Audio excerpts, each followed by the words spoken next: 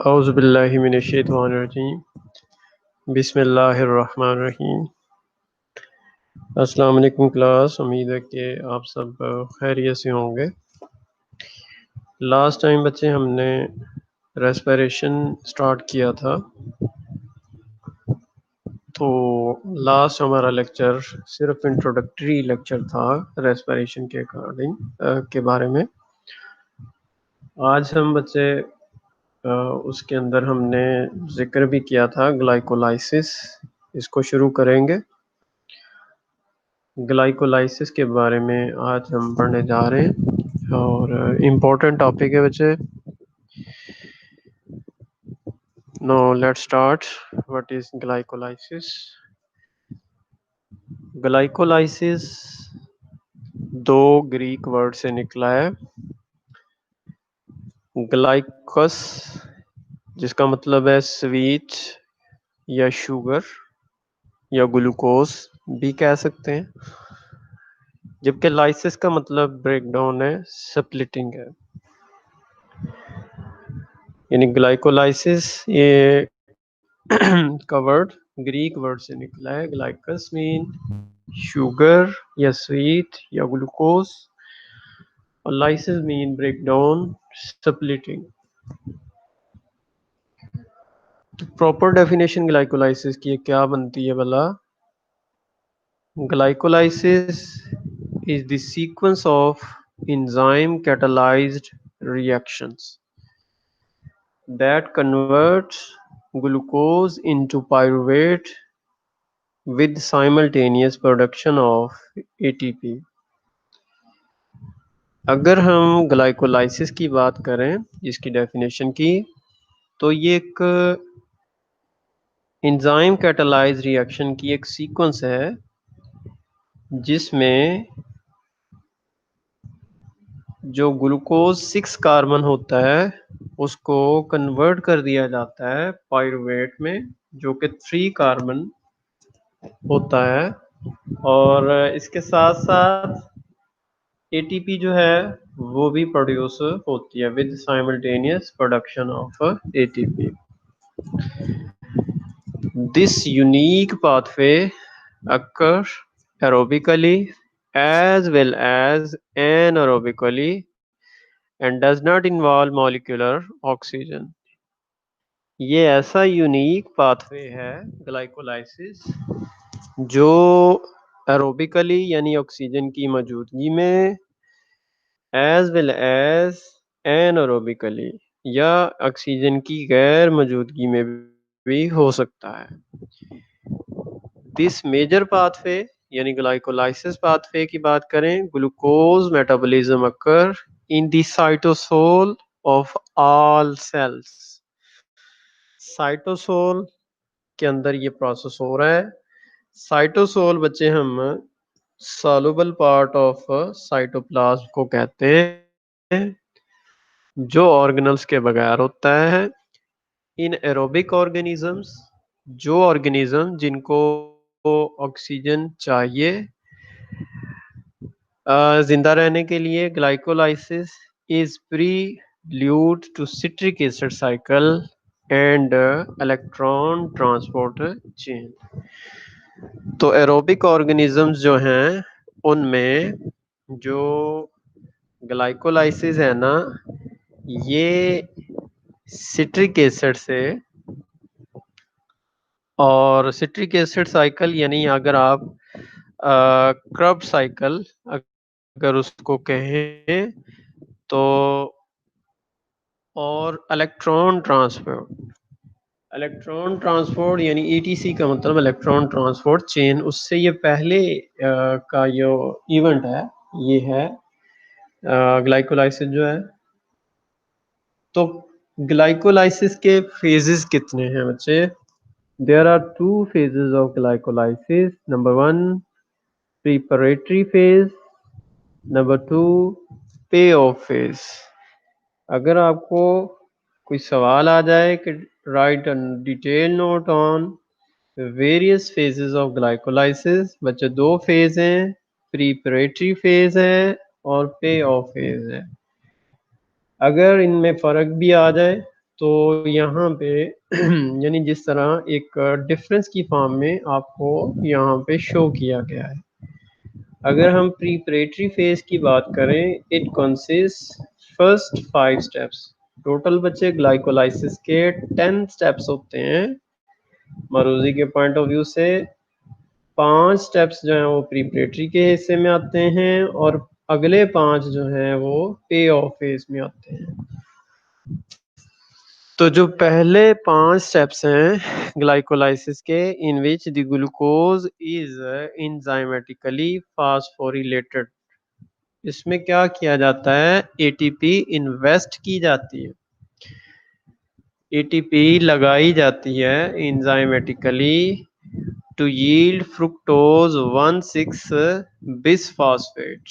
और इसका जो अगला स्टेप होता है जिसमें फ्रुक्टोज 1,6 बिसफॉस्फेट बनता है, उसके बाद जो फ्रुक्टोज 1,6 बिसफॉस्फेट बनता है उसको स्प्लिट कर दिया जाता है किसके अंदर, 2 मॉलिक्यूल्स कार्बन के ग्लिसरल्डिहाइड 3 फॉस्फेट या डाईहाइड्रोक्सी एसीटोन फॉस्फेट। यानी यहाँ पे अभी ये इंट्रोडक्टरी है प्रीपरेटरी फेज का, सिर्फ ये याद रखें यहाँ पे एटीपी इन्वेस्ट हो रही है।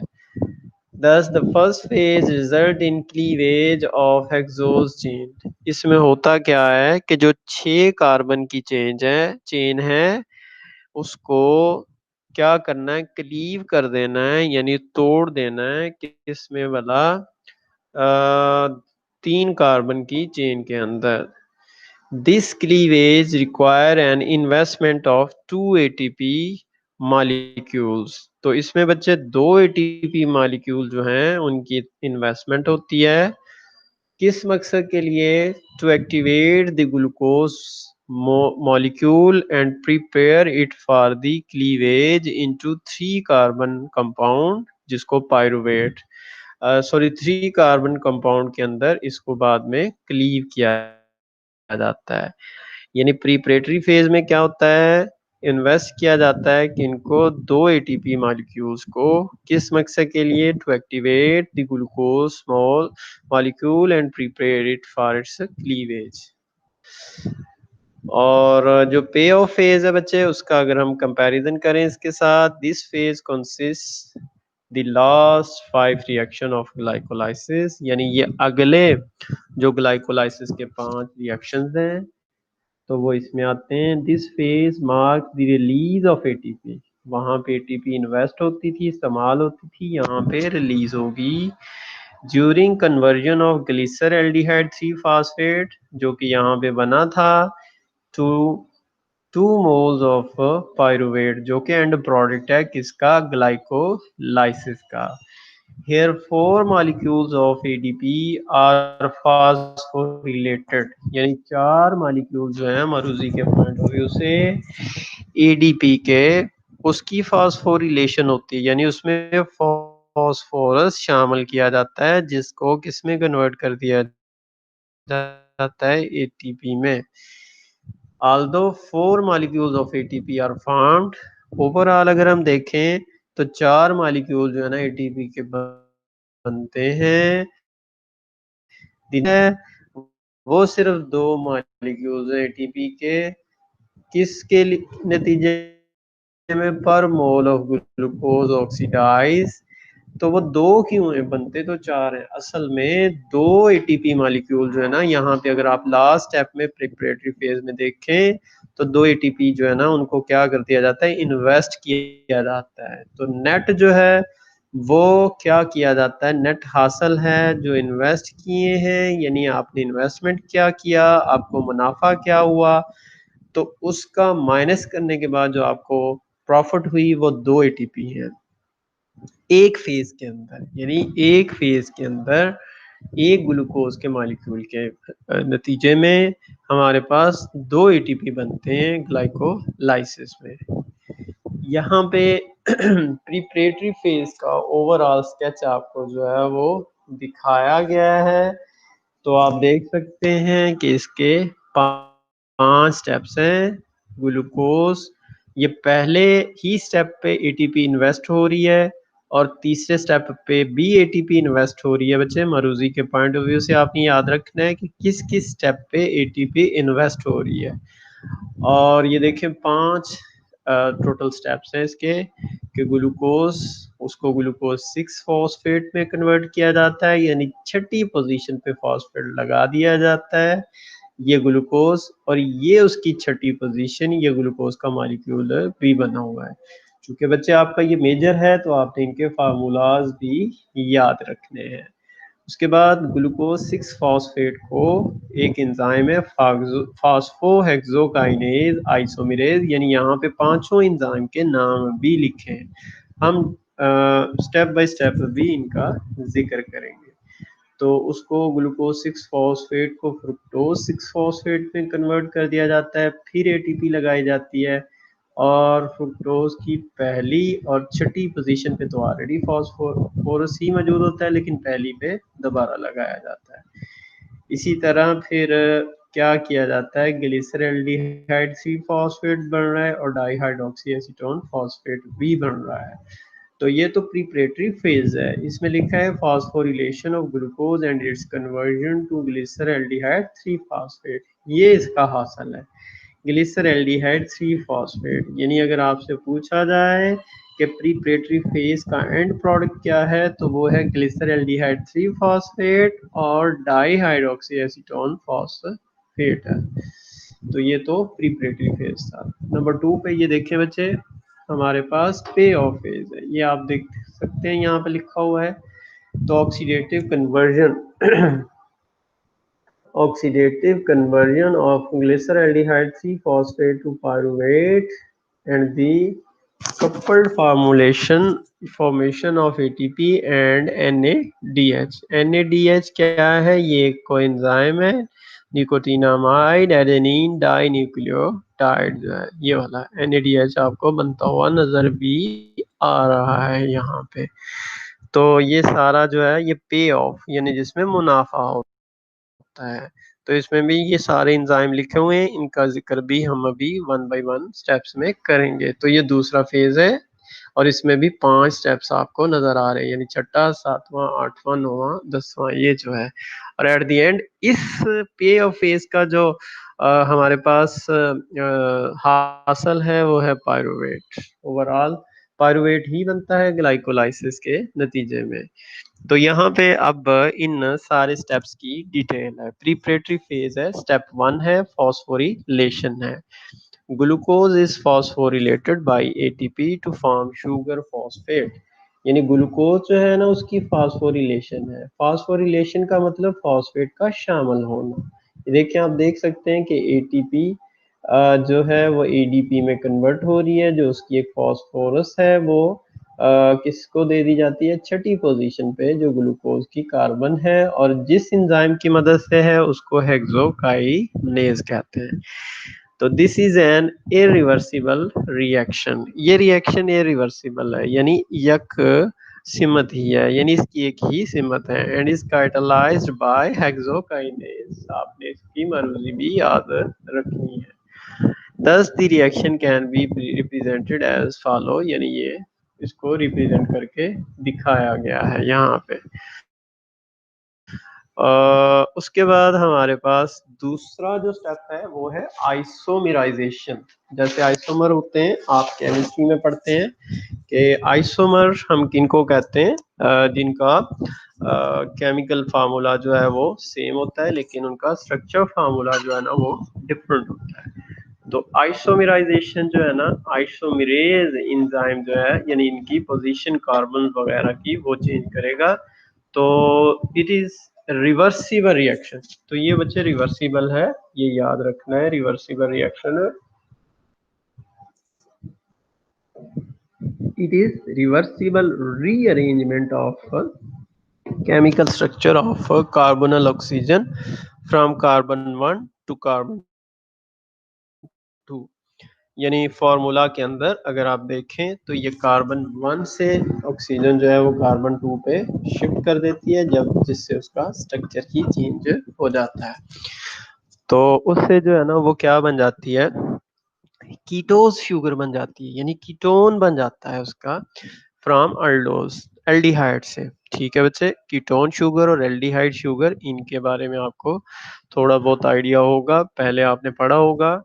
असल में ये जो फंक्शनल ग्रुप होता है या कार्बोक्सिल ग्रुप होता है वो अल्डोज के स्टार्ट में होता है, यानी चेन के स्टार्ट पे या चेन के एंड पे, जबकि कीटोन में ये चेन के अंदर मौजूद होता है, दूसरी तीसरी जिस पोजीशन पे मर्जी। Thus, isomerization of the aldose glucose 6-phosphate gives the ketose fructose 6-phosphate, यानी ग्लूकोज 6-phosphate। अगर आपसे मरूजी के पॉइंट ऑफ व्यू से बच्चे, ये ग्लूकोज 6-phosphate जो है ना, ये अल्डो शुगर है, एल्डिहाइड है, जबकि फ्रुक्टोज 6-phosphate कीटोन है, कीटो शुगर है। और जिस एंजाइम की मदद से ये आइसोमेराइजेशन होती है उसको फॉस्फोग्लूको आइसोमेरेज कहते हैं, फॉस्फोग्लूको आइसोमेरेज कहते हैं। तो ग्लूकोज 6-phosphate जो है वो किस में कन्वर्ट हो गया, फ्रुक्टोज 6-phosphate में कन्वर्ट हो गया। तो ये दूसरा स्टेप है। तीसरा स्टेप हमारे पास जो है ना वो है फॉस्फोरिलेशन। अब वर्ड फॉस्फोरिलेशन, अब आपको समझ आ जानी चाहिए कि यहाँ पे फॉस्फोरस ऐड होगी। तो here the fructose 6-phosphate is phosphorylated, यानी इसमें फॉस्फोरस शामिल की जाएगी bye ATP to fructose 1,6 bis phosphate. यानी पोजीशन छठी पे तो ऑलरेडी फॉस्फेट मौजूद था, अब पहली पोजीशन पे भी जो है ना वो फॉस्फेट लग सकता है। तो वो एटीपी की मदद से एक फॉस्फोरस यहाँ पे और इन्वेस्ट किया जा रहा है, यानी ये तीसरा स्टेप है और यहाँ पे दूसरा एटीपी इन्वेस्ट किया गया। This is an irreversible reaction, लेकिन ये रिएक्शन इरिवर्सिबल है and is catalysed by phosphofructokinase enzyme. और जो एंजाइम यहाँ पे है उसको फॉस्फोफ्रुक्टोज काइनेज कहते हैं। तो फ्रुक्टोज 6-phosphate को फ्रुक्टोज 1,6 बिसफॉस्फेट में कन्वर्ट कर दिया जाता है। चौथा स्टेप है ब्रेक डाउन। ये आप देख सकते हैं ब्रेक डाउन हो रही है। दिस 6 कार्बन शुगर जो 6, अभी तक तो 6 कार्बन पे ही मुश्तमिल थी, इसकी क्लीवेज हो जाती है, यानी इसको तोड़ दिया जाता है टू प्रोड्यूस 2-3 कार्बन मॉलिक्यूल। इसको 3 कार्बन मॉलिक्यूल जो है ना, 2-3 कार्बन मॉलिक्यूल में कन्वर्ट कर दिया जाता है। एक ग्लिसरल्डिहाइड 3-phosphate यानी GAP, और एक है डाई हाइड्रोक्सी एसीटोन फॉस्फेट यानी DHAP। This reaction is catalysed by aldolase कहते हैं इसको, आल्डोलेज। अच्छा, इसमें यहाँ पे बच्चे को दो में तकसीम किया है, ग्लिसरल्डिहाइड 3-phosphate में और डाई हाइड्रोक्सी एसीटोन फॉस्फेट में। असल चीज जो है ना जो आगे चलेगी वो है ग्लिसरल्डिहाइड 3-phosphate, जबकि इसका यहाँ पे कोई काम नहीं। तो फिर इसको क्या किया जाता है, इस डाई हाइड्रोक्सी एसीटोन फॉस्फेट जो है ना इसको बार बार किस में कन्वर्ट कर दिया जाता है, ग्लिसरल्डिहाइड 3-phosphate में। कब कन्वर्ट किया जाता है, जब यहाँ से ग्लिसरल्डिहाइड 3-phosphate अगली प्रोडक्ट में चेंज हो जाती है ना, तो यहाँ से डाई हाइड्रोक्सी एसीटोन फॉस्फेट को दोबारा किस में कन्वर्ट कर दिया जाता है, ग्लिसरल्डिहाइड 3-phosphate में। और ये एंजाइम जो करता है उसको ट्रायोस फॉस्फेट आइसोमेरेज कहते हैं, यानी ये दोनों एक दूसरे के आइसोमर हैं जिनका स्ट्रक्चर फार्मूला डिफरेंट है, लेकिन उनका जो मॉलिक्यूलर फार्मूला है वो सेम है। तो डाईहाइड्रोक्सी एसीटोन फॉस्फेट आगे नहीं चलती, लेकिन इसको किस में कन्वर्ट कर दिया जाता है, ग्लिसर एल्डिहाइड 3-phosphate में, जो जिसका आगे काम है। तो ये चौथा स्टेप था। पांचवा और लास्ट स्टेप जो प्रिपरेटरी फेज का है बच्चे, उसमें डाई हाइड्रोक्सी एसीटोन फॉस्फेट जिसका अभी जिक्र भी किया, is oxidise to form glycerol. उसकी ऑक्सीडेशन की जाती है इस एंजाइम की मदद से। तो इस एंजाइम की मदद से उसकी ट्रायोस फॉस्फेट आइसोमेरेज की मदद से ग्लिसरल्डिहाइड 3-phosphate बनाया जाता है डाई हाइड्रोक्सी एसीटोन फॉस्फेट से, यानी बार बार उसको बनाया जाता है। This reaction is catalysed by triose phosphate isomerase. अच्छा, अब यहाँ पे देखें बच्चे वर्ड टू लग गया, जबकि पीछे कहीं भी टू नहीं था। तो टू का मतलब बच्चे यहाँ पे कि वो जो 6 कार्बन था वो 3 कार्बन में टूटा है। तो 3 कार्बन, अभी तक कोई चीज जो है ना वो जाया नहीं की गई। तो 3 कार्बन है, 6 कार्बन पहले मौजूद है, तो उसको 2 से 2 को अगर आप क्या करें इंटू 3, तो 6 कार्बन ही बनता है। तो यहाँ पे वर्ड टू लग गया, यानी फिगर टू लिखेंगे हम। तो ये लास्ट स्टेप था किसका भला, हमारे पास प्रिपरेटरी फेज का। उसके बाद हमारे पास स्टेप 6 आ गया, जिसमें क्या किया जाता है बच्चे। स्टेप 6 में हमारे पास जो ऑलरेडी ग्लिसरल्डिहाइड सी फॉस्फेट बन गया है ना प्रिपरेटरी फेज में, उसको आगे लेके जाया जाएगा। तो 2 molecules of glyceraldehyde 3 phosphate are oxidise, उनकी ऑक्सीडेशन होगी, और ऑक्सीडेशन के नतीजे में क्या है बच्चे कि जो नया प्रोडक्ट बनेगा वो आपके सामने ग्लिसरल्डिहाइड 3 फॉस्फेट डीहाइड्रोजिनेज, यानी ये एक एंजाइम है जो कैटालाइज करेगा the conversion of glyceraldehyde 3 phosphate into 1,3 बिस फॉस्फो ग्लिसरेट जो है, यानी 1,3 बिस फॉस्फेट, यानी असल चीज जो है ना मतलब वो किस में कन्वर्ट करते हैं, अगर आप ये देख सकते हैं ये वाला 1,3 बिस फॉस्फो ग्लिसरेट इसमें कन्वर्ट करते हैं। तो हमारे पास ये छठा स्टेप है जिसमें ग्लिसरल्डिहाइड 3 फॉस्फेट को किसमें कन्वर्ट कर दिया जाता है, 1,3 बिस फॉस्फो ग्लिसरेट में कन्वर्ट कर दिया जाता है। तो सातवां स्टेप जो है ना उसमें क्या किया जाता है, the transfer of high energy phosphate group that was generated earlier to ADP from ATP.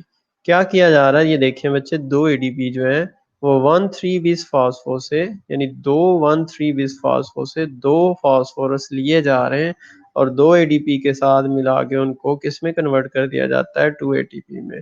तो ये फॉस्फोग्लिसरेट काइनेज एंजाइम जो है ना ये इसकी मदद से जो है इसको 3 फॉस्फोग्लिसरेट में कन्वर्ट कर दिया जाता है। यानी फर्स्ट पोजीशन पे जो फॉस्फोरस मौजूद थी वो दोनों से एक एक निकाल के 2 एडीपी को दे दी जाती है, तो 2 एटीपी बन जाती है। और ये सातवां स्टेप बच्चे मरूजी के पॉइंट ऑफ व्यू से ये फर्स्ट सबस्ट्रेट लेवल फॉस्फोरिलेशन है, यानी सबस्ट्रेट जो है ना उसकी क्या है, उसकी फॉस्फोरिलेशन जो है ना की जा रही है, यानी उससे फॉस्फेट लेके एडीपी को दिया जा रहा है और एटीपी बन रही है। तो the transfer of high energy phosphate group that was generated earlier to ADP from ATP, जो पहले एडीपी में कन्वर्ट हो गए थे ना उसको दोबारा एटीपी में कन्वर्ट कर दिया जाता है। इस स्टेप में हमारे पास अभी तक कोई नुकसान फायदा नहीं है क्योंकि हमने 2 एटीपी इन्वेस्ट किए थे, हमें 2 मिल गए। लेकिन this phosphorylation, that is addition of phosphate to ADP to give ATP, is termed as substrate level phosphorylation। इसमें देखें बच्चे ये सबस्ट्रेट लेवल अगर आप फॉस्फेट की एडिशन कर दें एडीपी के अंदर तो उससे एटीपी जो है वो बन जाएगी, एज सबस्ट्रेट लेवल फॉस्फोरिलेशन बन जाएगी as the phosphate donor is the. जबकि फॉस्फेट डोनर कौन है भला, सबस्ट्रेट जो है 1,3 बिस फॉस्फोग्लिसरेट, यानी वो जो 1,3 बीपीजी बिस फॉस्फोग्लिसरेट जो है ना वो डोनर है किसका भला, फॉस्फेट का। The product of this reaction is 2 molecule of 3 phosphoglycerate. ये बने हैं बच्चे जो इस सातवें स्टेप का नतीजा है हमारे पास।